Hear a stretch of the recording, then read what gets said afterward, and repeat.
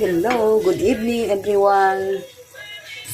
Ito, nagluto ako mga kapangga ng sutanghon.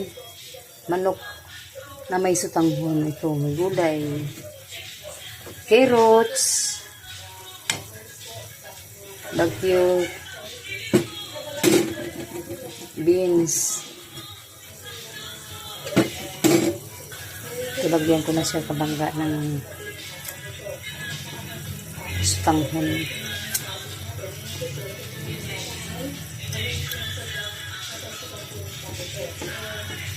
Sarap ng sabaw nito mga kapangga. Ito ang ulam namin ngayong gabi. Hapunan namin ulam.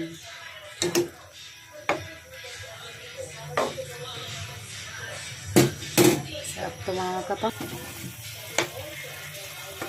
Luluto na siya mga kapangga. Tinimplahan ko na siya. Ito yung masarap. Thank you for watching. Bye!